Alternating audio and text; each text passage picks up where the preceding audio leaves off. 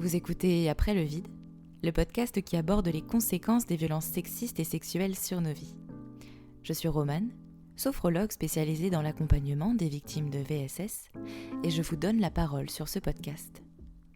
Parce qu'il y a autant de vécus que de victimes, et que chaque histoire mérite d'être racontée et écoutée. Au fait, si tu souhaites soutenir gratuitement ce podcast, tu peux t'abonner sur ta plateforme d'écoute préférée et lui attribuer la note de 5 étoiles. Merci. Hello. Pour ce 24e épisode, j'ai le plaisir d'accueillir le témoignage de Jade. Jade a 25 ans, elle est hypnothérapeute et c'est notamment grâce à l'hypnose qu'elle a pu se déculpabiliser. Jade a été victime d'agressions sexuelles commises par son ex lorsqu'elle n'avait que 16 ans. Lui avait 6 ans de plus qu'elle. Jade se livre donc sur la relation d'emprise et de domination, sur l'importance d'écouter les signaux de son corps et sur la culpabilité qu'elle ressent toujours par rapport à son meilleur ami. Bonne écoute. Bonjour Jade.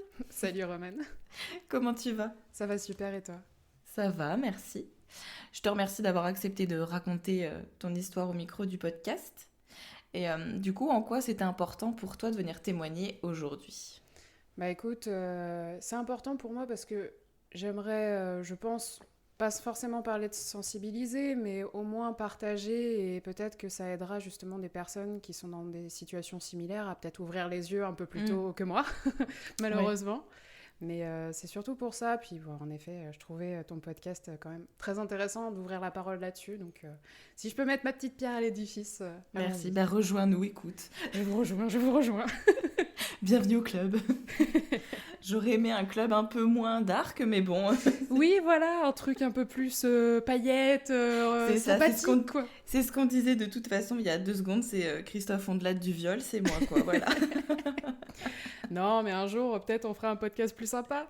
Oui, avec des petites paillettes, des trucs cool. Avec la boule à facettes et tout, ça serait sympa. Ouais, bah écoute, on peut faire quand même une ambiance comme ça.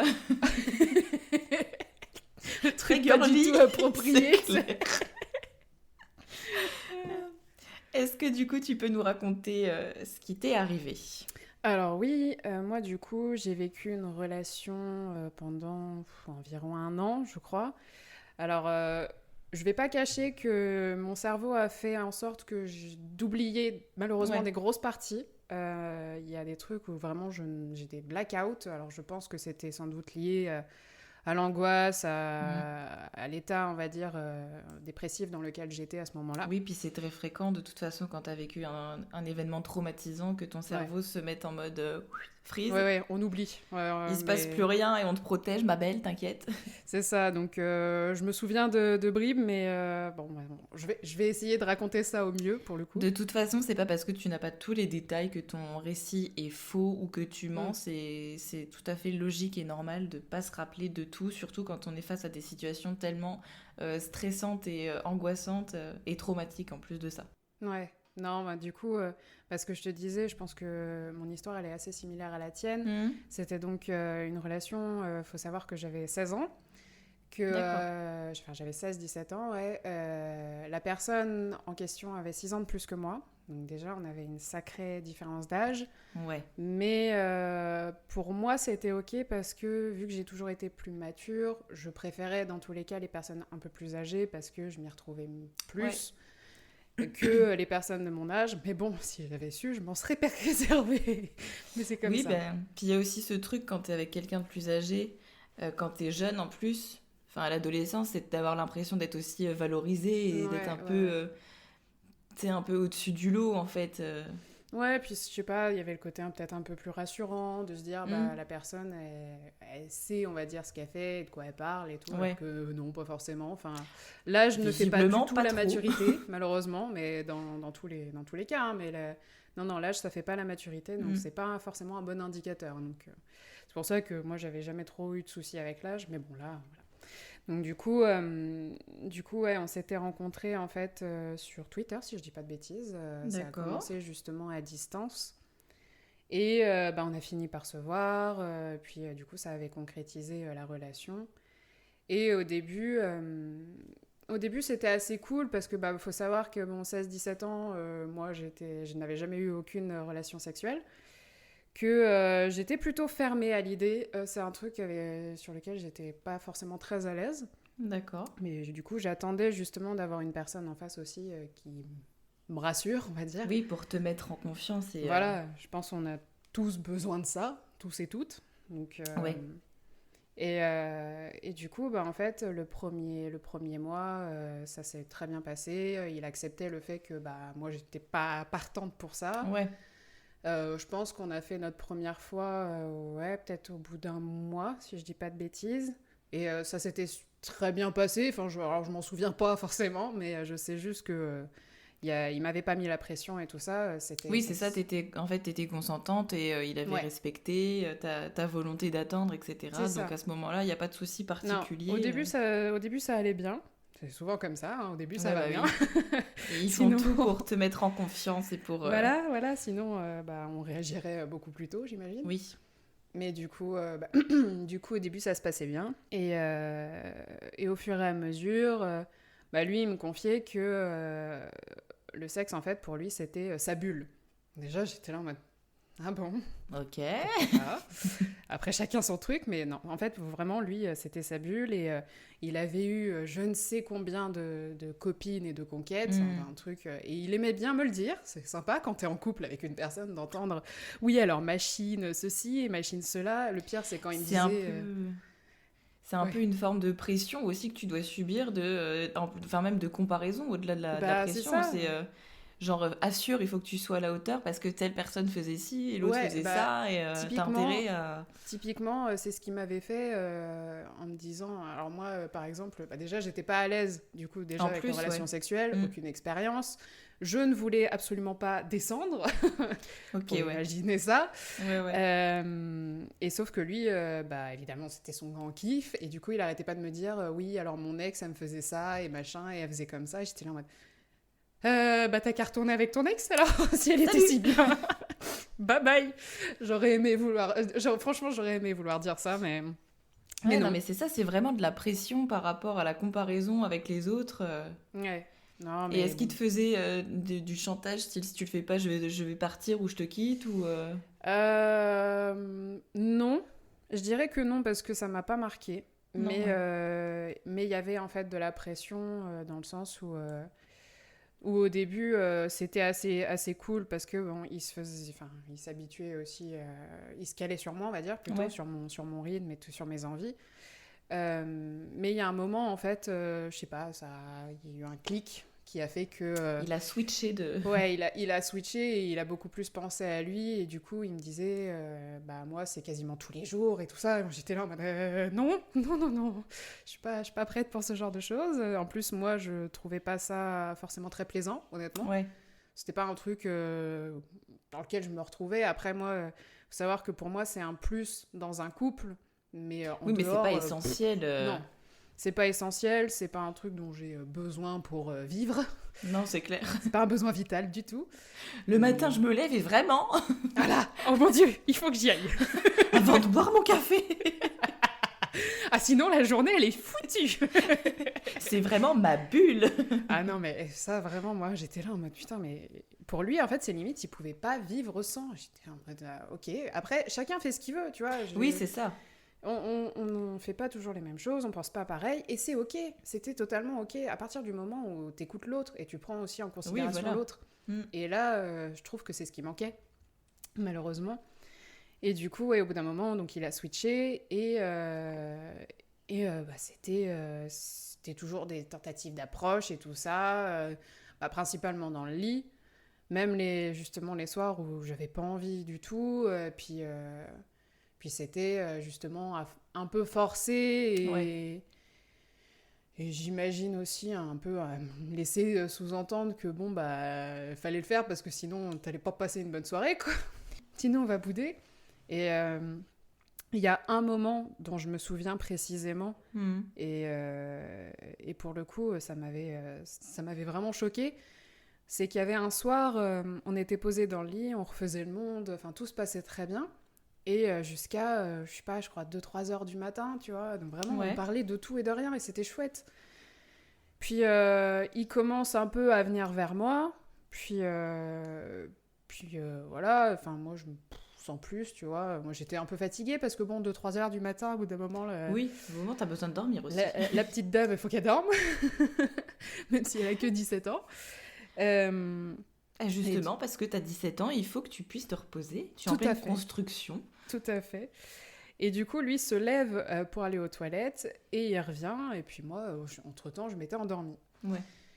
Et le pire, en fait, ça a été le lendemain matin, quand je me réveille, je vois qu'il me fait la gueule. Et là, je comprends pas. J'étais là en mode, mais qu'est-ce qui se passe et tout ça, t'as mal dormi Il me dit, non, tu t'es endormi pendant. Et là, je fais, pardon. Hein? Comment ça, je me suis endormie pendant? Il n'y a pas de pendant, il n'y a rien eu. Il me fait, bah si, tu t'es endormi pendant et tout, enfin un truc comme ça, tu vois. Et en fait, du coup, toute la journée, il m'a fait la gueule. D'accord. Alors qu'il ne s'était absolument rien passé, parce que je le rappelle, je m'étais endormie. Ouais, non mais il a vraiment déliré. Bah je sais pas, est-ce que pour lui, justement, vu qu'il allait justement toucher mon corps et tout ça, pour lui c'était comme des préliminaires et compagnie, et que voilà, pour lui, c'est ça que je me suis endormie pendant. Enfin, j'espère, parce que du coup, vu que je me souviens de rien, je ne pense pas qu'il y ait eu plus.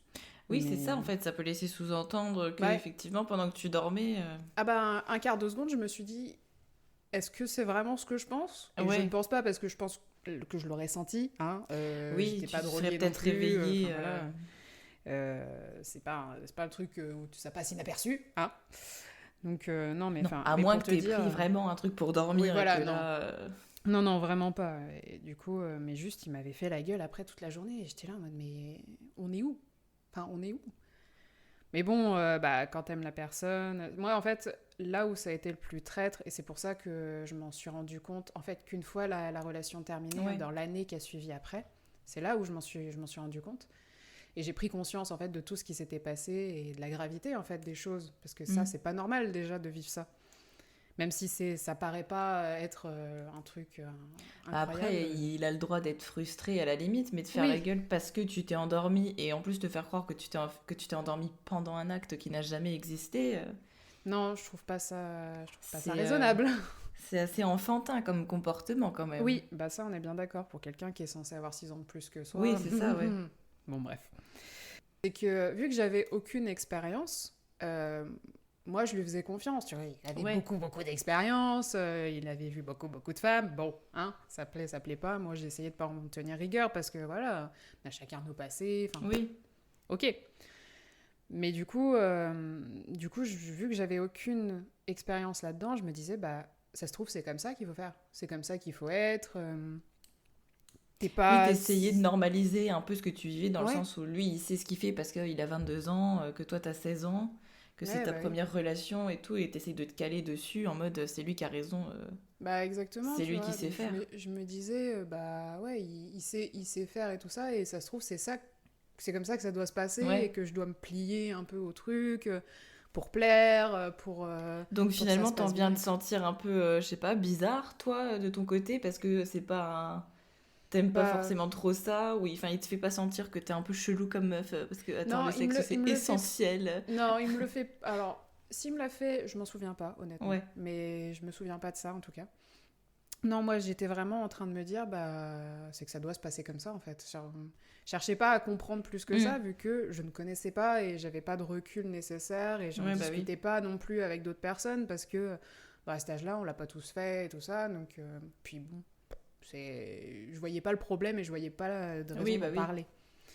Mais après, je savais que au fur et à mesure, ça se passait pas bien, parce que au bout d'un moment, c'est pareil, en fait, je pense que ça a peut-être contribué, mais ça l'a fait un peu vriller, entre guillemets, parce que là où au début, la différence d'âge, ça ne le dérangeait pas, au bout d'un moment, en fait, si. Et il me le mettait dans la tronche de oui, mais de toute façon, t'as 6 ans de moins que moi, t'as pas à parler là-dessus, t'as pas à faire ci, tu sais pas de quoi tu parles, machin et tout. J'étais là en mode, alors, mon copain, comment te dire que c'est moi qui t'ai trouvé un boulot, que tu vis encore chez maman. Ah oui, d'accord. Voilà quoi, et moi je suis encore au lycée. Le truc, c'est que même si tu dis que t'es mature pour ton âge, à 16 ans, t'as pas vécu ce que quelqu'un de 22 ans a Bah vécu. oui, Donc tout il y a à fait. forcément un décalage, Ah oui, oui, mais surtout en sachant qu'il travaillait, que toi t'étais encore au lycée. Enfin, Ouais, non, mais il y a vraiment un c'était vraiment décalage particulier. obligé Ouais. qui se crée. Mais je dis, en fait, je m'en suis rendu compte sur l'année qui a suivi après parce que ça a entraîné, en fait, un autre problème qui, pour moi, était limite plus important. C'est que à cette époque-là, j'avais un meilleur ami avec qui on s'était fusionnel, enfin, on passait notre temps ensemble. Là où avec mon ex, en fait, on avait 1 heure, voire 2 heures de route, en fait, qui nous séparait. Donc on se voyait, en fait, occasionnellement. Après, on se voyait quand même assez régulièrement. Il venait à la maison, j'allais chez lui et compagnie. Enfin, bon, j'avoue qu'aller chez lui, quand il y avait toujours sa mère, bon, c'est particulier. Oui, c'est sûr. Mais voilà. Mais du coup, bah, c'était pas une relation où il était juste à côté, où on se voyait très très régulièrement. Enfin voilà, moi j'avais pas trop connu en fait de relations justement proches. J'avais eu principalement des relations à distance, j'en ai pas eu Ok. beaucoup. Mais c'était ma première vraie relation et c'était mi-distance, mi-présentiel quoi. Ouais. Mais du coup, ça a peut-être aussi intensifié le truc de qu'il soit à fond basé sur le sexe, puisque vous voyez, enfin, tu le voyais pas souvent, Ouais. pas tous les jours, et peut-être que dans sa tête, c'était en mode, oh là là, vite, ça fait genre 3 jours qu'on s'est pas vu, il faut Allez, on fait ça. absolument. Hop là. Bah peut-être, ouais peut-être. J'avoue que j'y avais pas songé, mais c'est possible. Mais, euh, mais du coup, Ça en me fait, fait moi, penser à ça, ouais, parce que mon ex, moi, il m'avait déjà sorti un truc, genre, on s'était pas vu pendant 15 jours, et il avait, encore une Mm. fois, insisté. Et je lui avais renvoyé un message après en lui disant, mais en fait, moi, j'ai pas envie, j'en ai marre, et ce que tu fais, c'est du viol, tu vois. Mm. Et il m'avait répondu un truc du style, oui, mais ça fait 15 jours qu'on s'est pas vu, Ouais, pour j'ai expliquer en fait et besoin de justifier. faire ça, enfin oui, j'ai besoin de ça en fait pour être sûr que tu m'aimes et machin. Mm. Ouais, alors que non, ça, enfin, Alors que le non. sexe n'a jamais été une preuve d'amour, hein, jamais. Ouais, ça fait 15 jours qu'on s'est pas vu, j'ai envie de toi. Oui, mais pas moi, vraiment. Moi, je veux que tu dégages juste en fait. Oui, bah c'est ça, et c'est là où tu te rends compte que en fait, faut s'écouter et faut écouter son corps aussi, parce que si t'en as pas envie et tout, alors certes, moi j'étais sous pilule, donc la libido, tout ça, je connaissais pas aussi, ça a Ouais, joué. Mais il y a un truc vraiment viscéral qui te Mm. fait comprendre que faut se barrer. Ouais, je suis d'accord. Mais malheureusement, sur l'instant, on l'écoute pas forcément parce que c'est con, hein, mais on dit que l'amour rend aveugle, mais c'est réel. C'est réel parce que tu te rends. Il y a plein de red flags. Et toi, tu fais non, non, esquive de la loutre, on les voit pas. Et c'est Ouais, pas. non, mais c'est ça. Bah, puis Alors après, que. eux, ils savent aussi très bien ce qu'ils font. Enfin, tu vois, tu disais tout à l'heure, le premier mois, tout s'est super bien passé, Mm. il t'a pas mis la pression, il a respecté tes limites, etc. Et par contre, après, tu dis, il switch, mais en fait, c'est pas qu'il switch, c'est qu'il te montre sa réelle personnalité et Ouais. son vrai comportement. Et Oui, finalement, la malheureusement. personne qu'il était au départ, c'est pas réellement qui il est dans la vraie vie.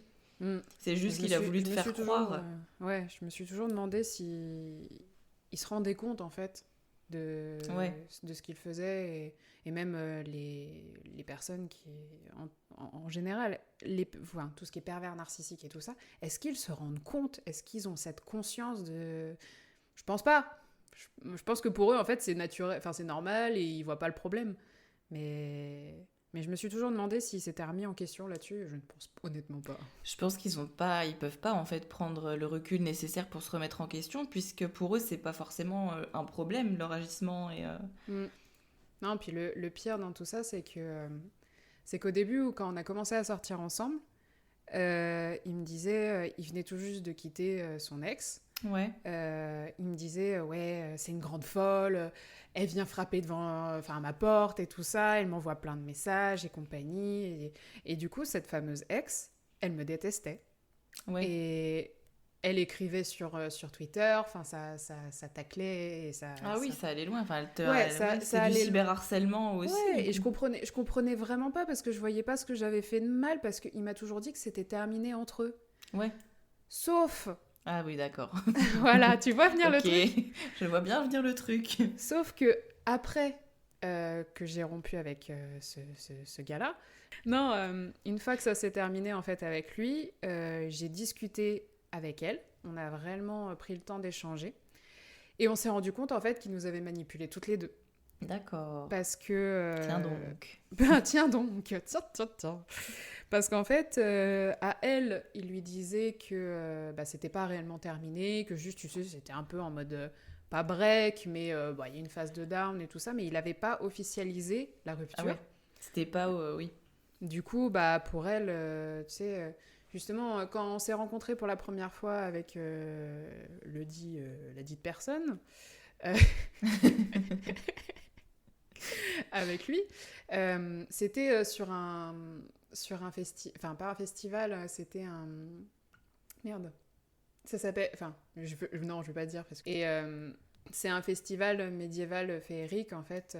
Ok. Et du coup, moi j'y allais avec des amis et on s'est vu la première fois là-bas et puis voilà, on s'était embrassés et tout ça. Donc c'est là où ça a réellement commencé. Et sauf que ce jour-là, il avait dit à son ex que Jade, c'était qu'une pote, que voilà, on s'était juste vu, mais qu'il s'était rien passé, gna gna gna gna gna. Classique mytho. Voilà. Et du coup, là où lui, du coup, me disait, ouais, c'est mon ex, c'est une folle, parce que du coup, elle pète un câble, elle vient taper chez moi et tout ça. En fait, à elle, il lui disait que j'étais qu'une amie et tout ça. Et au final, quand elle a appris qu'on était en couple, pour elle, en fait, j'étais la maîtresse. Ouais, c'est ça, ouais. Tu vois. Alors que à aucun moment, en fait, elle a agi plutôt plus ou moins avec. Elle agit plutôt normalement pour quelqu'un qui croit qu'elle a été trompée et avec qui le type n'est pas clair en plus et qui... Ah oui, non mais c'est qui vient de dire à toi qu'il est célibataire et qu'elle, il lui dit pas qu'elle est célibataire en fait. Tu vois que c'est pas clair. Tu as oublié un détail. Je crois que tu as omis quelque chose de très très important. La personne en face n'est pas au courant, je crois. Et en fait, en discutant avec elle, il s'avère qu'aujourd'hui, c'est une très très grande amie. Et ça, c'est trop cool, par contre. Parce que du coup, elle est adorable et elle se sentait trop mal d'avoir justement écrit tous ces trucs sur Twitter et tout ça. Et elle a été blessée, c'est oui, elle a été blessée. Logique dans un sens, parce que de toute façon, il vous a manipulé toutes les deux. Donc, c'est ça, donc je lui en ai jamais tenu rigueur. Enfin, déjà que je suis pas quelqu'un de rancunier. Alors là, dans ce cas, ce cadre-là, je n'allais pas être en mode non, ville salope. Oui, là, on va dire qu'il y a des circonstances atténuantes qui font que. Non, là, j'ai totalement compris. Puis du coup, on avait échangé. Et il s'avère que même avec l'ex avant elle, c'était similaire. Ouais, donc en fait, il agit toujours de la même façon. Ouais, il a vraiment un. Et j'avoue que je pense qu'il a fait exactement la même avec moi sur la fin. Parce que la fin était très compliquée. On était ensemble, mais clairement, on s'aimait plus, on le savait. Enfin, moi, en tout cas, c'était vraiment le déclic que j'avais eu. Ouais. Et à ce moment-là, il avait commencé à parler à une autre nana et tout ça. Et tu sais, un peu le même discours, que c'était juste une pote et tout ça. Sauf que quelques mois plus tard, tu la vois un peu trop sur Insta. En fait, il prévoit tout le temps sa sortie de couple. Ouais, je crois. Genre, je peux pas partir si j'ai pas une autre petite zoulette à manipuler derrière. Franchement, j'ai aucune certitude qu'il m'ait trompée ou qu'il ait fait ça. Mais en tout cas, il recommence à chaque fois d'avoir les mêmes comportements en fin de relation, où il attend vraiment d'avoir quelqu'un et de...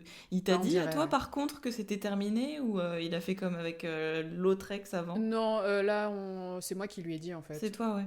C'est moi qui lui ai dit, là, je pense qu'il va falloir qu'on arrête là. Hein. Ça faisait déjà quelques semaines que ça traînait, que ça allait pas. Moi, l'été, j'étais partie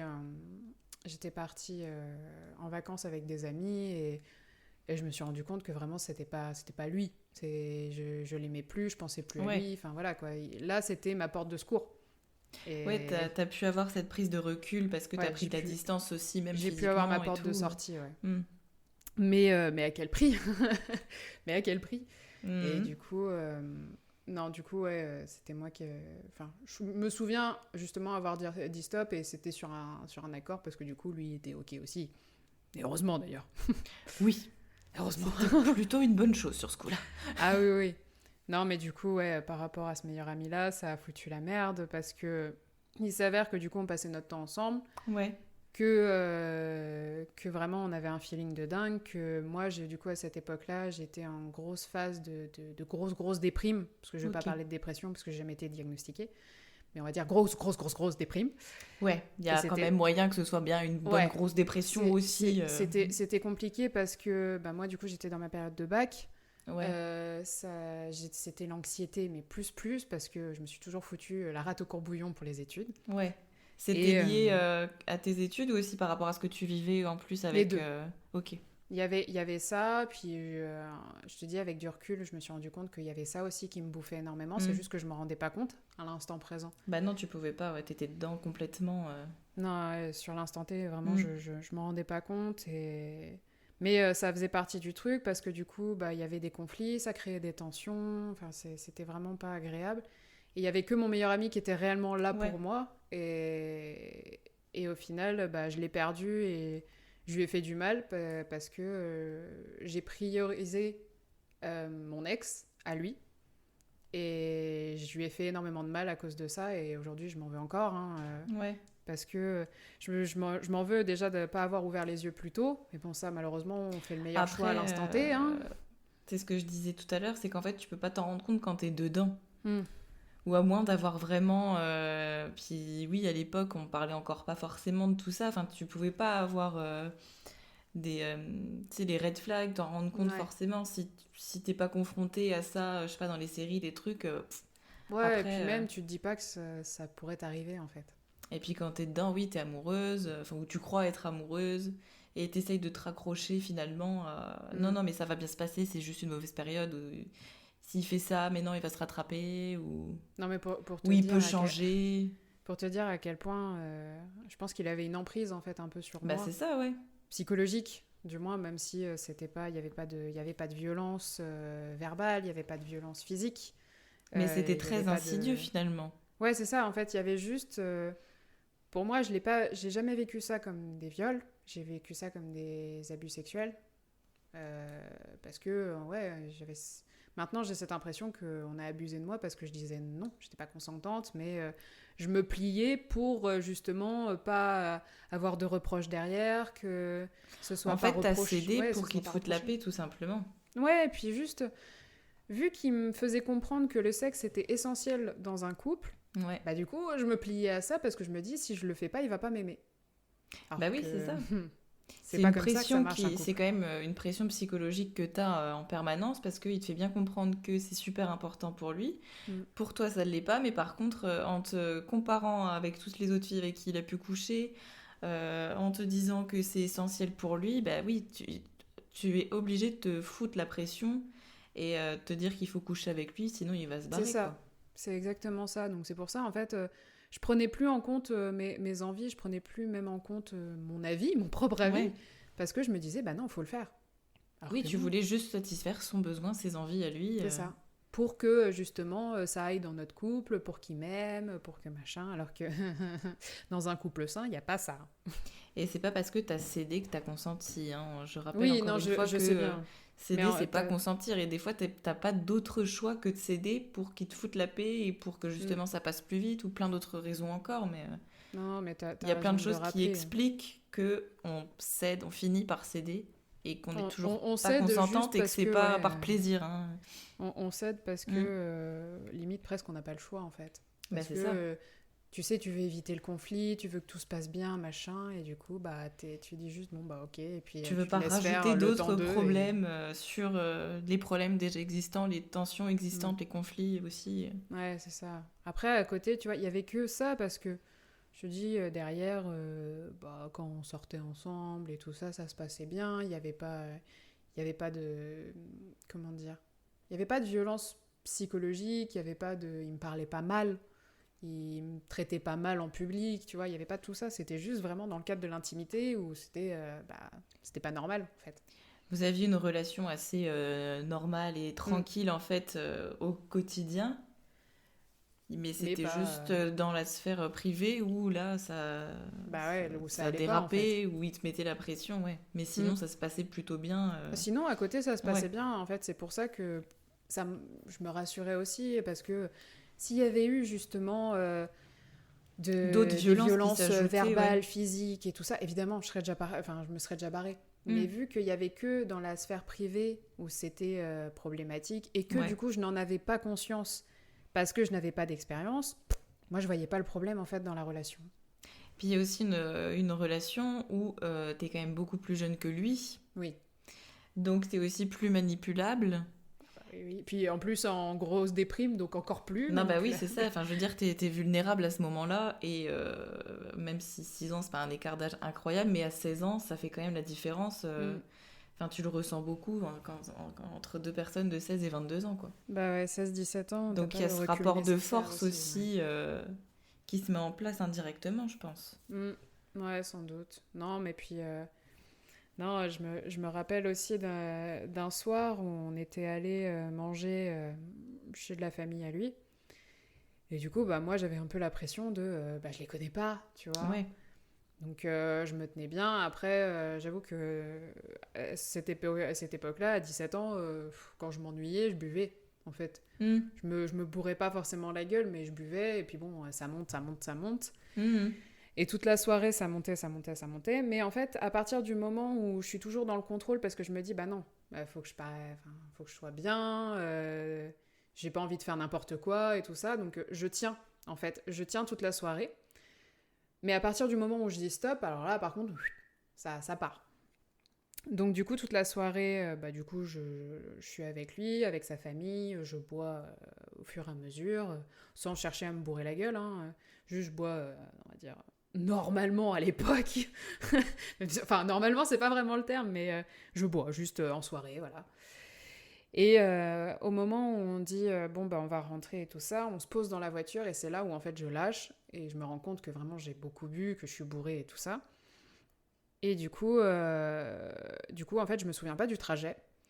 Je me souviens quand on s'est garé et en fait on devait descendre une rue pour aller jusqu'à chez lui qui descendait un peu, tu vois. Et je me souviens tituber, lui derrière moi en mode ouais fais attention machin. Puis du coup on descend. Puis là, blackout. À partir du moment où on est rentré dans la maison, gros blackout. Et le lendemain, je me réveille donc avec la gueule de bois. Et il me dit ah bah dis donc, t'étais chaude hein, hier soir et tout. T'avais envie, t'étais prête, mais t'inquiète pas, hein, j'ai rien fait. Du coup, bah, c'est bizarre. Encore aujourd'hui, j'ai un doute. Ouais. J'ai pas de certitude, mais j'ai un doute. Parce que du coup, je me souvenais vraiment de rien. Et de dire ça, je trouvais pas ça bien. Enfin, c'était bizarre, tu vois.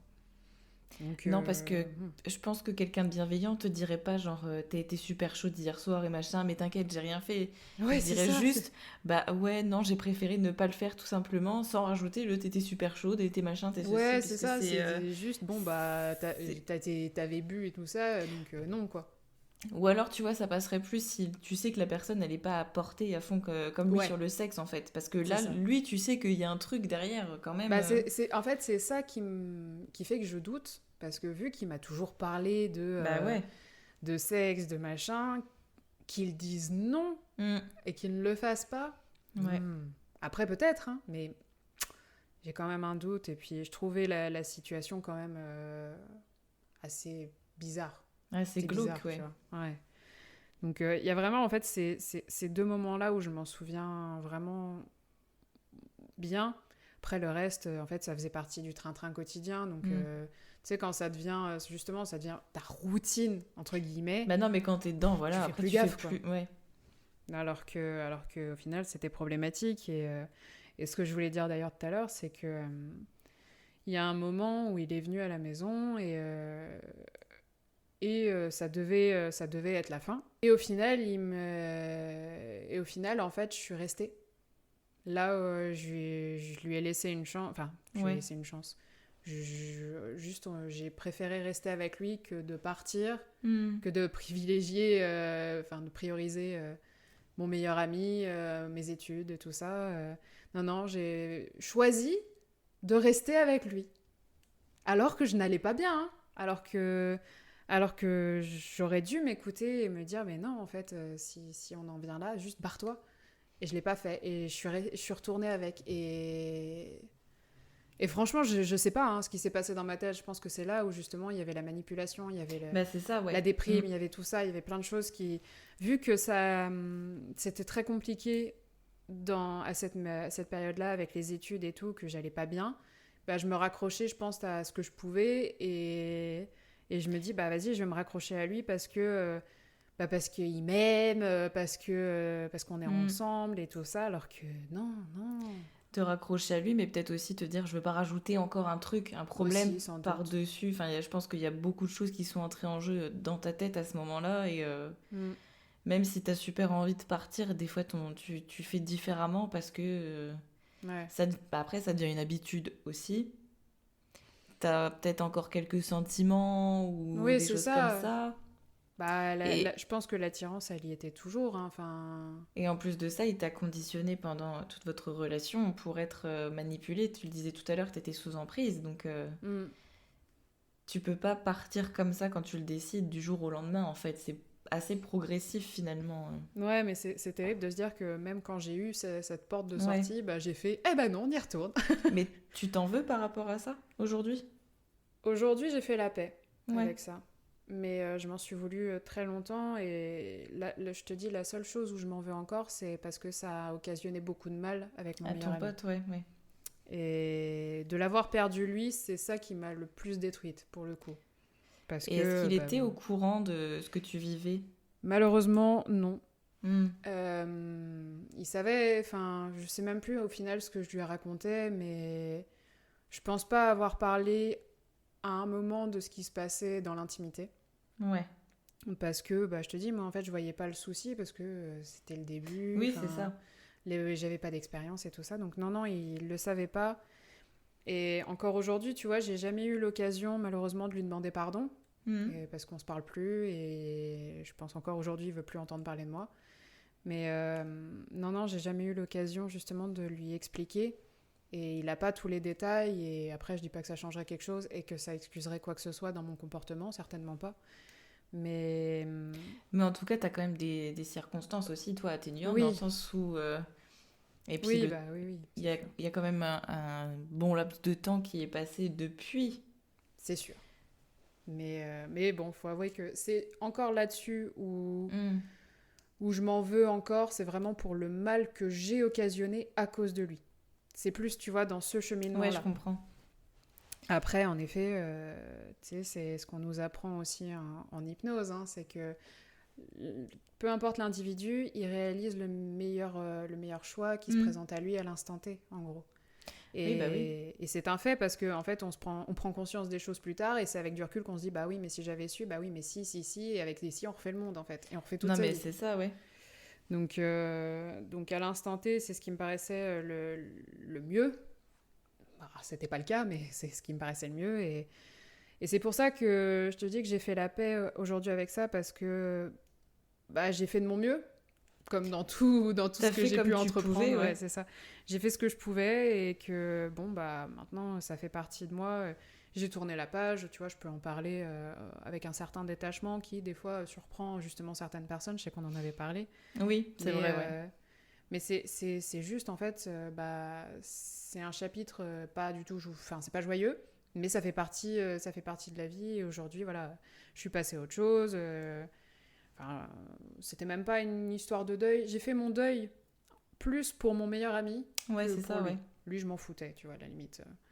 Mais il y a que, dernièrement, avec justement... il y a un an, avec ma formation d'hypnose, où justement, vu qu'on travaillait les protocoles sur des sujets qui nous touchaient, j'ai pu justement apaiser la culpabilité. Et t'avais encore beaucoup de culpabilité en toi avant ça, ouais. Ouais, sur les conséquences que ça a eu sur mon amitié. Plus. Ouais. Parce que... Sinon, par rapport à toi, t'avais pas de culpabilité tournée vers toi-même, en mode j'aurais pas dû, ou c'est de ma faute.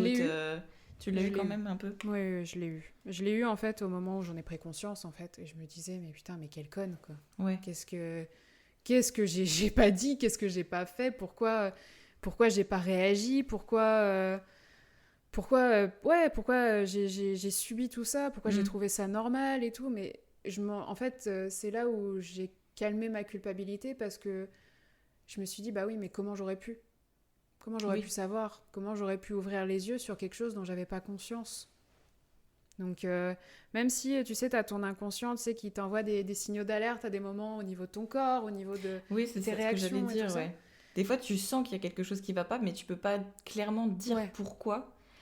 Mais c'est physique et c'est ce que tu disais même aussi tout à l'heure, c'est viscéral en fait. Ouais, c'est viscéral. Tu le sens, mais tu peux pas... Tu l'expliques pas. Tu vois, d'un côté, quand on regarde justement le bon côté des choses, c'est que ça m'a appris justement à davantage m'écouter et faire attention justement à ces signaux viscéraux. Parce que c'est le meilleur indicateur que ton corps peut envoyer. Parce qu'à partir du moment où ton mal-être psychologique, il est tellement important que ça empiète sur ta santé, ça sur crée ton carrément physique, un truc psychosomatique. C'est que là, vraiment, il est temps de réagir, tu vois. Ouais. Et du coup, maintenant, je suis beaucoup plus attentive à ça. Parce que bon, bah, j'ai eu malheureusement cette lacune de ne pas le faire avant. Mais maintenant, j'ai appris. C'est comme tout, hein. C'est pour ça, enfin, c'est une expérience. En même temps, on n'est pas censé vivre ce genre de choses. Et donc, on n'est pas censé... ressentir ces choses et se dire que oui, en fait, ça doit être une alerte pour nous prévenir qu'on est avec quelqu'un qui est hyper malsain, etc. Enfin, c'est pas dans la logique.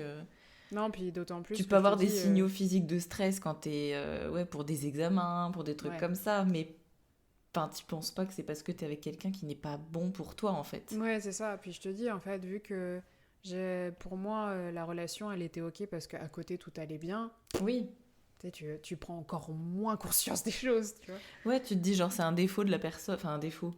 C'est un des trucs qui sont un peu moins cool dans la relation, mais le reste est sympa. Donc, pourquoi faire attention plus que ça à ce... Mais après, tu vois, c'est justement quand ça s'est terminé avec lui, bah, moi, j'ai rencontré une autre personne derrière, avec qui ça s'est super bien passé, justement, en termes d'intimité au tout début. Enfin, il m'a laissé pareil le temps parce que... J'étais pas traumatisée. Je parle pas de traumatisme. J'allais te poser la question justement de savoir est-ce que ça a eu des conséquences et un impact sur toi après, sur tes relations Non. Honnêtement, non. J'ai pas eu de traumatisme et tout. Alors, je t'avoue qu'au début, du coup, ça m'a confortée dans l'idée que j'aimais pas ça, en fait. J'aimais pas les relations sexuelles, que c'était pas fait pour moi et tout. Mais j'ai été rassurée quand justement je suis tombée sur une bonne personne et avec qui derrière ça se passait bien, qu'il était attentif, il était attentionné, que pour le coup, puis là, ces moments-là, j'en avais envie. Oui. Et ça fait tout en fait. Bah, c'est tout de suite plus agréable, c'est sûr. Voilà, c'est ça. Quand tu te forces et que tu cèdes parce que tu as une pression monumentale sur les épaules de la part de ton mec. Non, du coup, j'ai eu la chance derrière d'être tombée sur une bonne personne qui m'a réconciliée, tu vois, avec tout ça. Et ça m'a fait prendre conscience, justement. En fait, c'est aussi grâce à lui que j'ai ouvert les yeux sur la relation précédente et où j'ai pu enfin mettre des mots dessus, que j'ai pu conscientiser tout ça. Donc, intégrer ce vécu difficile, du coup, mais pas traumatique dans ton cas. Ouais, c'est ça. Après, tout le monde réagit différemment, mais moi, je l'ai pas vécu comme tel. Ouais. Bah, c'est pour ça que ton témoignage est intéressant. C'est vrai que jusqu'ici, j'ai reçu surtout des personnes qui ont... Voilà, c'est acté, c'était un réel traumatisme après. Et c'est aussi intéressant de pouvoir voir que oui, effectivement, de toute façon, c'est difficile, c'est compliqué, mais ça peut ne pas être ressenti comme quelque chose de traumatisant sur le long terme après. Non, c'est pas quelque chose qui m'a empêché d'avancer, c'est pas quelque chose qui m'empêche aujourd'hui d'être épanouie. Oui. Autant en couple que sexuellement. Hein. C'est une page de ma vie, de mon livre de vie. C'est ça. Que il faut vite tourner maintenant. Voilà, hein. qui est on s'attarde pas dessus quand on regarde. Non, elle est bien tournée. Je peux revenir dessus, tu vois, pour en discuter comme aujourd'hui. Oui. Mais ça a aucun impact dans ma vie, dans mes choix, dans ma relation à l'autre, mais même aux hommes en général. Ouais. Non, je sais faire la part des choses et c'est pas quelque chose qui empiète sur ma vie encore aujourd'hui. Vraiment pas. Et heureusement. Oui, t'es à l'aise vraiment avec ce vécu et c'est même pas forcément quelque chose auquel tu penses au quotidien ou qui... Non, du tout. Non, du tout. Et j'ai plus tendance à l'oublier. Ouais, c'est ça. J'ai envie de dire tant mieux, tu vois. Ça sert à rien de ressasser le passé. Après, je sais que si j'avais vécu ça de manière plus traumatisante, j'aurais eu recours à l'hypnothérapie, j'aurais eu recours à ça pour m'aider et pour passer le cap. Tu vois, au final, j'ai quand même eu besoin d'hypnothérapie, mais pour les conséquences, on va dire, que ça a engendré, plus sur la perte de mon meilleur pote. Oui, sur la culpabilité, la responsabilité que tu te mets sur toi, alors que finalement, c'est un... il n'y avait pas lieu, en fait. C'est aussi que tu te sens responsable, mais indirectement quand même, finalement, parce que c'est à cause de ton ex que la situation en est arrivée là, et c'est une conséquence aussi de cette relation, finalement. Ouais, c'est ça. Mais non, du coup, aujourd'hui, c'est ok. T'avais pu en parler un peu autour de toi, justement, après, avec tes amis, tes proches Ouais. Ou c'est quelque chose que t'as gardé Non, là aussi où ça m'a aidé à en prendre conscience, c'est que du coup, quand on s'est quittés, moi, j'ai commencé la fac de psycho. Ok. Et j'ai rencontré ma meilleure amie, qui est toujours ma meilleure amie aujourd'hui. D'accord. Et un jour, en fait, on s'est mise vraiment à parler et on a parlé tout de suite des sujets forts de notre couple parce qu'à l'époque, en fait, je l'avais pas encore quitté, je crois. C'était pas encore officiellement terminé. C'était en septembre.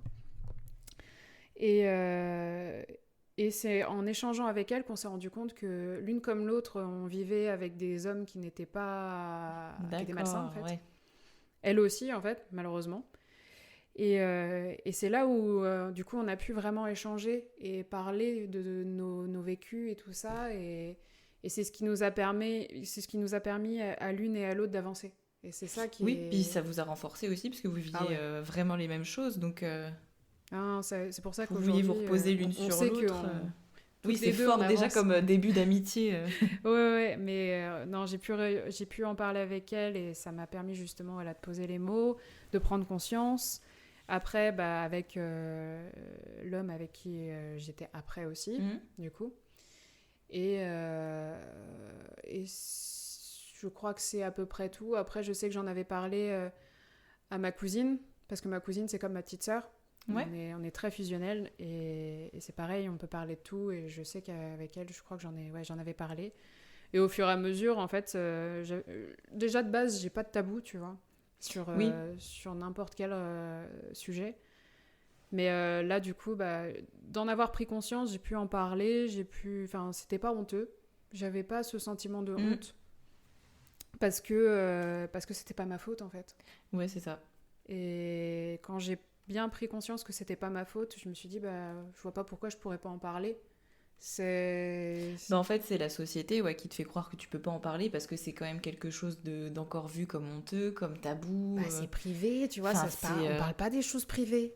Puis parler de viol, c'est quand même aussi vu sous un aspect hyper dégoûtant, sale. C'est ça, tu vois, même, je te dis, moi je parle pas de viol, je parle juste d'abus, mais ouais, tout ce qui est dans la sphère sexuelle privée, en soi-disant, on doit pas en parler, alors que si, en fait. Et puis c'est important d'en parler parce que du coup, tu te rends compte qu'il y a des choses qui sont pas normales et que t'es pas censé ressentir ça ou vivre ça. Et justement, peut-être que si on en parlait plus, on se rendrait plus facilement compte que quand on est avec quelqu'un qui est problématique, tout de suite voir les red flags et puis se dire ok, non, j'ai déjà entendu des histoires similaires et peut-être qu'effectivement c'est ce qui est en train de m'arriver à mon tour. Et c'est pour ça que c'est important de pouvoir sensibiliser et raconter tout ça aussi. C'est ce pourquoi, tu vois, je voulais témoigner aujourd'hui, parce qu'en effet, quand je compare avec les autres personnes que tu as reçues, voilà, j'ai pas le côté traumatisant du truc, mais il n'empêche que justement, il y a peut-être des personnes qui le vivent pas comme un traumatisme aussi, comme moi, et qui pour autant ont peut-être vécu quelque chose de similaire, ou qui sont en train malheureusement de le vivre, et j'espère que ça aidera à faire prendre conscience des choses sans faire culpabiliser, parce que c'est pas votre faute. Non. À aucun moment c'est notre faute en fait ce qui nous arrive, et on a beau, même sans vouloir justement ne pas avoir ouvert les yeux plus tôt, on pouvait pas en fait. Non, quand t'es dedans c'est pas possible. Non. C'est après que tu te fais ta liste, que tu te rappelles toutes les choses qui se sont passées pendant la relation qui n'étaient pas normales, ou même auquel cas il avait pas le droit de faire de telles choses, et que plus tu vas lister, plus tu vas te dire ok, d'accord, en fait j'ai eu ce comportement parce qu'il y a eu ça avant. Et Non, puis moi je sais que c'est d'avoir eu une relation beaucoup plus saine après, où je me suis rendu compte que Ah purée. Alors c'est ça. Ça change, mais putain, il me respecte. Ouais, c'est ça. Alors c'est ça que je dois vivre, c'est ça que je dois ressentir. On doit être Waouh. comme ça. Mais c'est chelou. Ouais, au début, t'es là en mode oh, qu'est-ce qui se passe? Putain, je m'emmerde. Non, là, je m'emmerde pas. Non, moi, c'était vraiment tout le contraire. C'était en mode oh, c'est fabuleux. Mais non. Après, dans la sphère familiale, j'en ai parlé à mes parents. J'ai fini par en parler à mes parents. Mais je pense pas que même encore aujourd'hui, ils se rendent compte. Après, je leur demande pas de comprendre. Enfin, avec mes parents, on est extrêmement fusionnels. Je suis fille unique. Et on a toujours pu parler de tout. Enfin, pareil, il n'y a pas aucun tabou. Il n'y a pas de tabou non plus. Donc, même sur les ça relations t'a aidé aussi, j'imagine, du coup, pour toi, à ne pas, justement, avoir de sujet tabou, à pouvoir parler de tout. Pour ça, je les remercie vraiment chaudement parce que, il n'y a pas eu de tabou entre nous trois. Et ça m'a permis d'être comme ça aussi aujourd'hui. Et justement, d'avoir pu m'exprimer au moment où j'en avais le besoin. Et d'essayer de leur faire comprendre. Même si, je te dis, je cherche pas à ce qu'ils comprennent à 100%. Juste, ils le savent. Est-ce qu'ils le comprennent à 100%? Je sais pas. Mais en tout cas, ils sont au courant. Mais ils sont au courant. Et je pense que ma mère écoutera ce podcast. Eh ben, on salue ta maman, du coup. si tu passes par là, maman, je t'aime. Mais voilà, j'ai pu en parler et il y avait pas cette culpabilité, il y avait pas de honte, ils m'ont pas fait ils m'ont pas fait ressentir justement de l'incompréhension, du mépris, du dégoût, non, ils ont juste mais en fait, ils ont eu une super réaction que toute personne finalement devrait avoir, et c'est trop chouette de pouvoir entendre ça, parce que c'est vrai qu'en général, l'annonce aux parents, c'est souvent hyper difficile. Enfin, moi, dans mon cas, ça l'a été, et j'aurais adoré que mes parents réagissent comme les tiens, tu vois. Ah ouais? Parce qu'ils ont réagi comment, toi? Ils l'ont assez mal pris. Ma mère m'avait dit des trucs quand même un peu style. Mais après, tu vois, il y a aussi le choc de l'annonce, et quand tu sais que ça arrive à ton enfant, je pense qu'il y a un truc qui fait que tu te braques. Ouais, en fait, tu peux pas te dire c'est arrivé à mon enfant, et c'est pour ça que je pense que c'est difficile, et il y a un truc de rejet un peu, et ma mère m'avait dit un truc style moi à ta place je me serais débattue ou j'aurais dit non, et je lui avais dit mais oui, mais Einstein, c'est ce que j'ai fait, mais en fait, non, à un moment donné c'est surtout ça sert à rien de dire à ta place, parce que tu peux pas comprendre en fait. Non, tant que tu vis pas tant que tu le vis pas, tu peux pas comprendre. Et mais puis après je peux comprendre la réaction des parents de se dire ça peut pas arriver à mon enfant, ce genre de choses, parce qu'à aucun moment tu penses à la vie sexuelle déjà de ton enfant, t'as pas envie d'y penser. Non. Donc entendre que elle a subi des abus, ce genre de choses, non. Je peux comprendre que le cerveau du parent il fasse non. Non, pas elle. Et tu aurais dû faire plein de choses pour te protéger. Mais en fait, c'est ça, tu vois, c'était un peu comme si j'étais responsable. Et puis, à l'heure actuelle, c'est toujours un tabou, en fait. Et moi, je suis comme toi. Enfin, on en avait déjà discuté, c'est vrai. J'en parle assez librement. J'en parle même parfois avec de l'humour, en fait. Oui, bah tu vois, regarde, moi je le dis, des fois je fais des petites vannes voilà, autour, tu vois, c'est normal. Avant qu'on enregistre, on a quand même fait beaucoup de blagues pourries oui. sur ça. Mais on a des humours vraiment sympathiques, mais un peu cassés.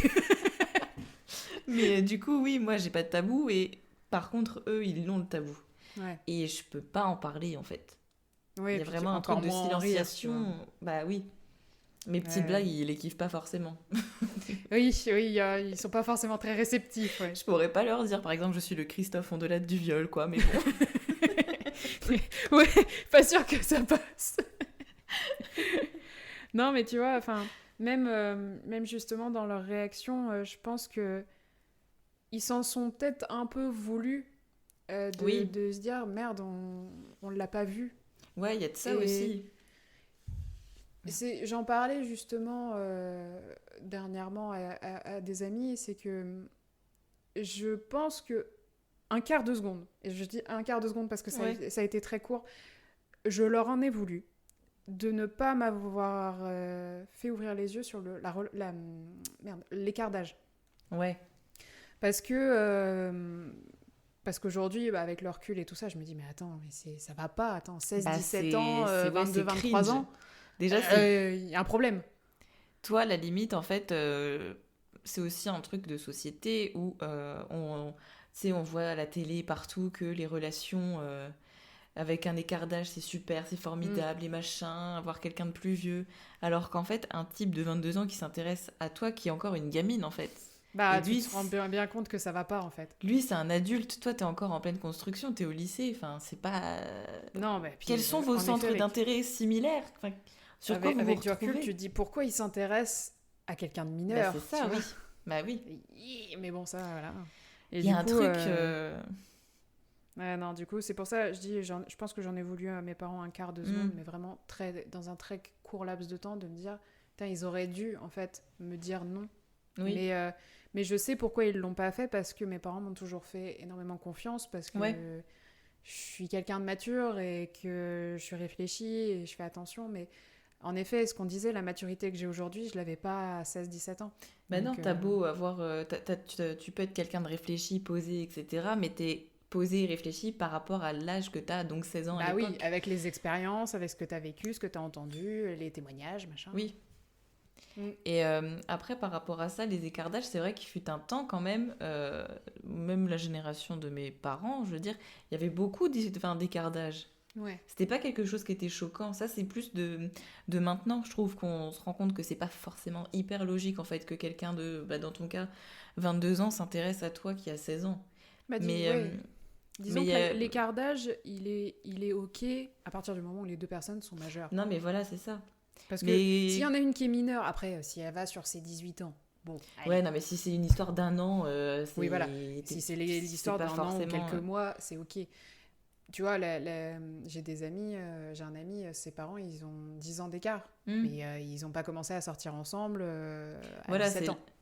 C'est là où ça pose plus de problèmes particuliers. Mais c'est vrai que quand t'es mineur, c'est quand même space de te demander...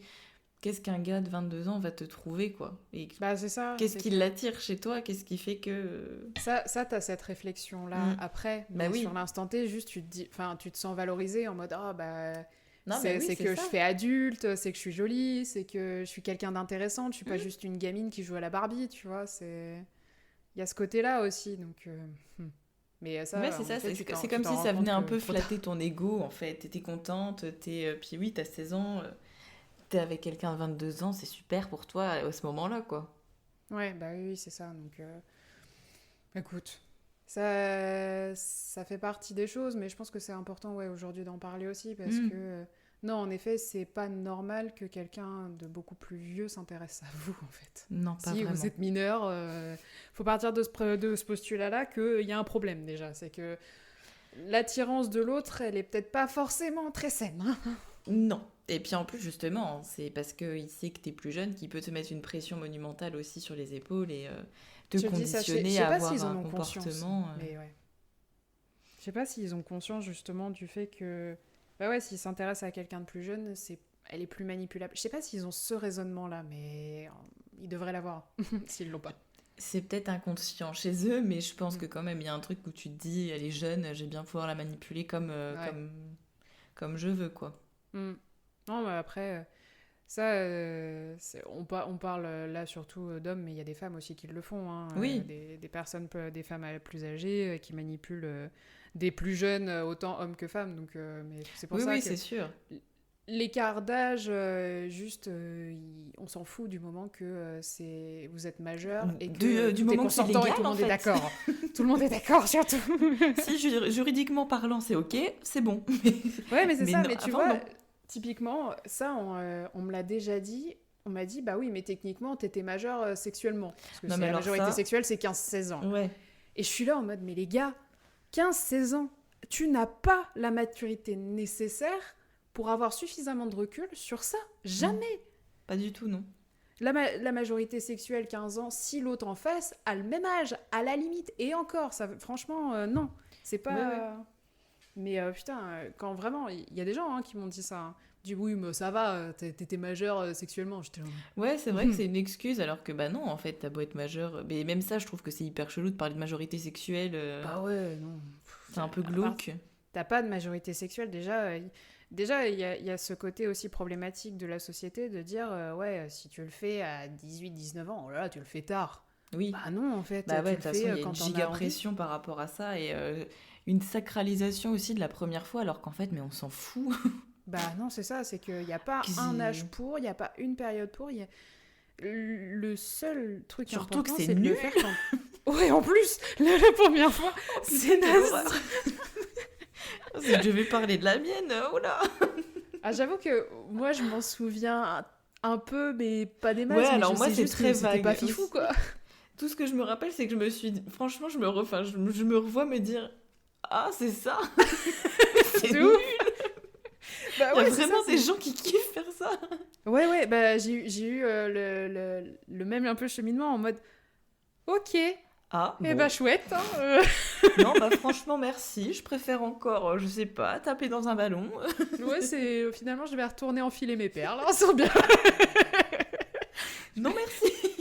Non, et c'est ouais, maintenant que tu le dis, ouais, j'avais eu bon après je pense qu'on l'a tous un peu Oui, non, mais ou c'est ça. toutes, Mais du c'est moins. ouais, c'est parce que c'est tellement vendu comme étant, enfin, tu vois, le truc à Phénoménal. faire, quoi.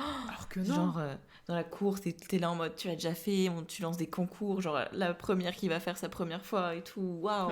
La première qui va embrasser le premier gars et Oui, qui va c'est arriver ça. à faire à pécho Jason et machin. T'es là en mode, oh là là. Alors que même le premier roulage de pelle, c'est dégueulasse. Ah bah tu sais pas comment faire, t'es là en mode blablabla. Non, enlève ta Mais langue qu'est-ce de ma que c'est que gorge. ça? C'est visqueux. Bah. Non, mais on ouais, nous dit le- juste pas qu'en fait, oui, ça peut être cool, mais après, en fait, après avoir beaucoup Ouais, c'est pratiqué, ça. s'être entraîné. C'est... Puis en effet, ça dépend aussi de la personne avec qui tu le fais pour la Bah première oui. fois. Hein.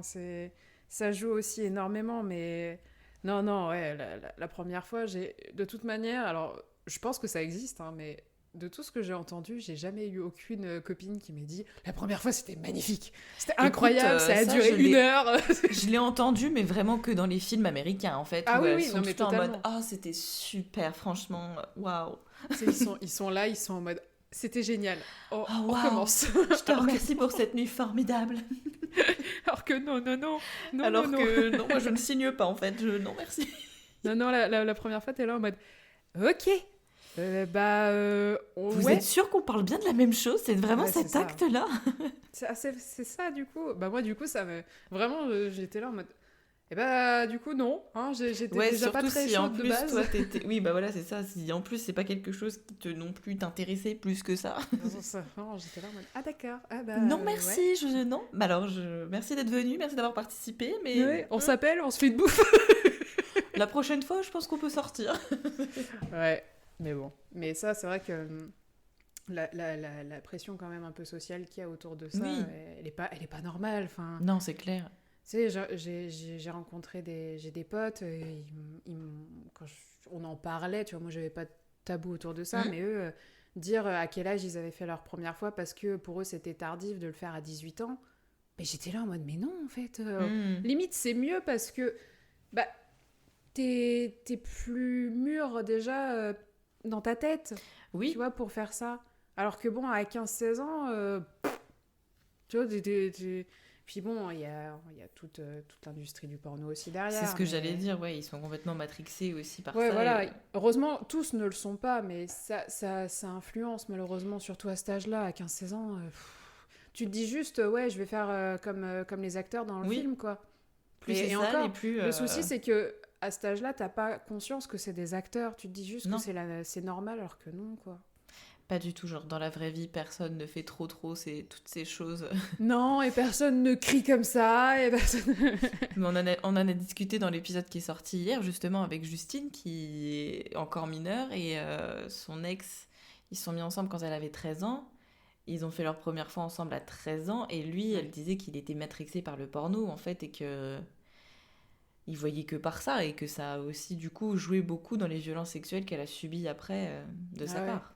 Oh purée, ouais. Ouais, mais ça m'étonne pas, parce Et c'est que super vraiment, inquiétant à 13 ans, je trouve. Enfin, à 13 ans, c'est chaud, hein, putain. Mm. Ouais, mais c'est pour ça que c'est bien aussi de sensibiliser là-dessus et dès le plus jeune âge de se dire que oui, le porno, ok, on peut en regarder, c'est pas honteux non plus, je pense que tout le monde en regarde. Mais, non, mais il faut en regarder comment Déjà, oui, il faut regarder, mais il faut surtout regarder avec la conscience de se dire que ce sont des acteurs. Oui, et puis maintenant, il en existe des pornos indépendants, mais qui sont justement dans le respect du consentement, et qui sont du porno bienveillant, si je puis dire ça comme ça. Oui, mais c'est vrai, mais en soi, parce que quand tu regardes bien, le porno, de base, c'est toujours... la femme qui prend cher, on va dire, et qui kiffe sa mère. Ils sont 12. Ils sont 12, elle est là en mode c'est chouette, alors que toutes les nanas ne sont pas du tout comme ça, quoi. Genre. Ça, c'est sûr. Non, mais c'est pour ça que c'est bien de sensibiliser, de dire oui, ok, tu peux en regarder, mais juste prendre conscience que c'est pas la réalité, ou en effet, dire qu'il y en a maintenant qui... Comme le porno amateur, où c'est déjà un peu plus chill, j'ai envie de te dire, et naturel et normal. Quoi. Des vraies personnes, en fait. C'est ça, pas des acteurs, au moins. Des vrais trucs, oui. Non, mais t'as raison, c'est des vrais, on va dire, des vrais couples, en quelque sorte, et pas des acteurs qui sont payés pour ça, et qui sont sous Viagra et compagnie. Ils sont complètement drogués pour tenir le plus longtemps possible. Ah non, mais ça, c'est chaud, ouais. Est-ce que t'as un message à faire passer pour toutes les personnes qui vont t'écouter ? Non, ce que je pourrais dire justement aux personnes qui nous écoutent, c'est de faire déjà attention, mais c'est surtout s'écouter. Et écouter justement tout ce qu'on disait sur les réactions viscérales, en fait, parce que c'est ça qui est le plus gros indicateur de mal-être. Et le voyant d'alarme, justement, quand quelque chose ne va pas. Quand ça déborde dans la tête et que ça commence à déraper sur le corps, c'est en général une grosse alerte, ouais. Et c'est surtout, c'est pas votre faute, c'est pas honteux. Au contraire, il faut en parler et c'est pas grave. Et vous serez pas des mauvaises personnes parce que vous avez vécu ça, jamais, en fait. C'est malheureusement une personne malveillante qui a eu... des gestes malveillants envers vous et ce n'est pas votre faute, vous n'avez rien cherché à aucun moment. Quand j'entends ça justement de certains viols en mode ouais mais elle l'a cherché parce qu'elle avait une mini-jupe, je suis là en mode mais dans quel monde on vit quoi. On n'est jamais responsable des violences qu'on subit. Non. Et ne cherchez pas non plus à changer la personne en face. Elle ne changera jamais. Si elle est malsaine, si elle est malveillante, elle ne changera pas, même pas par amour, même pas parce que pour je ne sais quelle raison, même bienveillante. Juste fuyez. J'ai que ça à dire, malheureusement. Partez.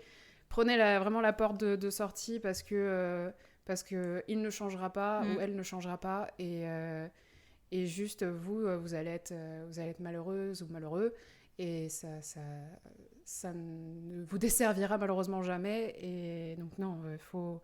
C'est dur parce que surtout quand il y a les sentiments, parce que autant il n'y aurait pas les sentiments, c'est facile à dire. Hein. Oui.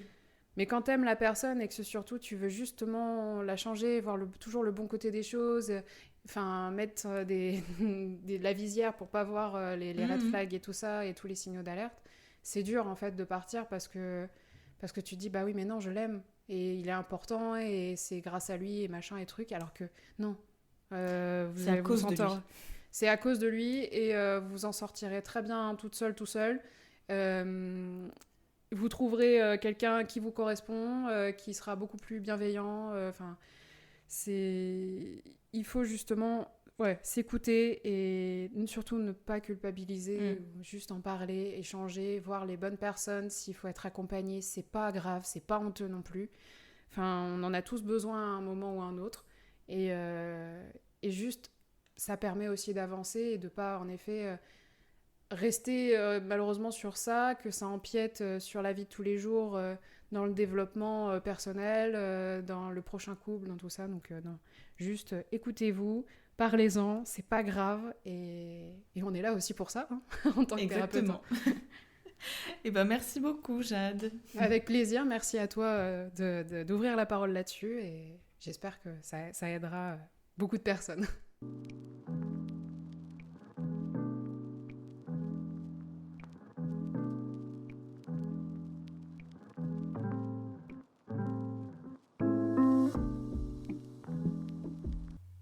Jade ne qualifie pas son expérience de viol et c'est son droit. Il est tout de même important pour moi de noter qu'un abus est en réalité une agression sexuelle. Le terme « abus » peut minimiser la gravité des faits. Le témoignage de Jade nous rappelle que chaque vécu est unique et que ce type d'expérience peut ne pas toujours être traumatique. Encore un grand merci à toi, Jade.